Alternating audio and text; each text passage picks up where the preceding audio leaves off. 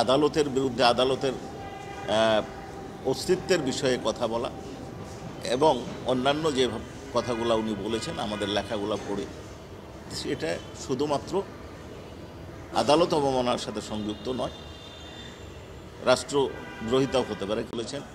এই আদালত আমি মানি না এবং এটার প্রকাশভঙ্গি যথেষ্ট আদালত অবমাননার জন্য যথেষ্ট বলে আমরা মনে করছি। দ্বিতীয় হচ্ছে যে উনি বোঝাতে চেয়েছেন যে একটা ইন্টারনাল অ্যারেঞ্জমেন্টের মাধ্যমে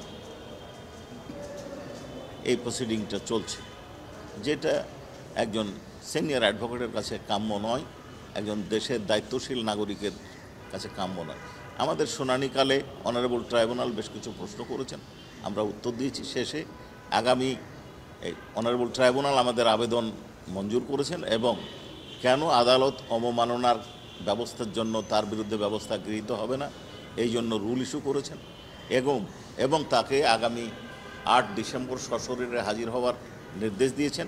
সেই সাথে এটার বিভিন্ন কপি বিভিন্ন বার কাউন্সিল সহ বিভিন্ন জায়গায় প্রেরণ করেছেন এবং ওনাকে সশরীরে আসা উপস্থিতির সাথে সাথে ওনার একাডেমিক সনদ এবং বার কাউন্সিল সনদ সহ উপস্থিত হওয়ার জন্য নির্দেশ দিয়েছেন। এছাড়াও আজকে ট্রাইব্যুনাল 1-এ শাপলা কিলিংয়ে অন্যতম অভিযুক্ত শাহরিয়ার কবিরকে সোনার স্টেট প্রেয়ার করলে সে অন্য মামলায় গ্রেপ্তার আছে, সেখানে তাকে পিডাব্লিউ দিয়ে আগামী 12-1 তারিখে ধার্য তারিখে তাকে পিডাব্লিউ দেওয়া হয়েছে। জি, আপনাদেরকে ধন্যবাদ।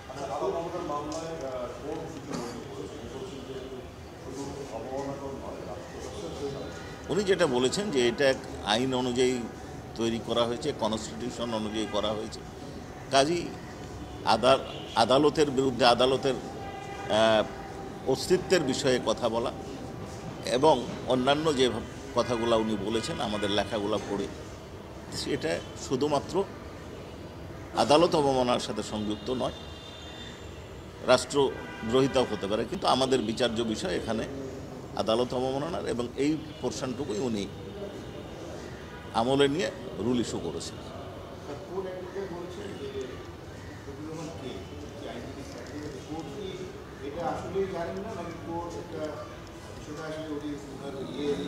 কোর্ট প্রত্যেকটা মামলার প্রসিডিং হওয়ার পর অ্যাকিউজডের পরিচিতি সম্পর্কে কোর্ট জানতে চান, স্বাভাবিকভাবে এখানে জানতে চেয়েছেন। এখানে জানেন না বা জানার বিষয় এটা কোনো বিষয় নয়।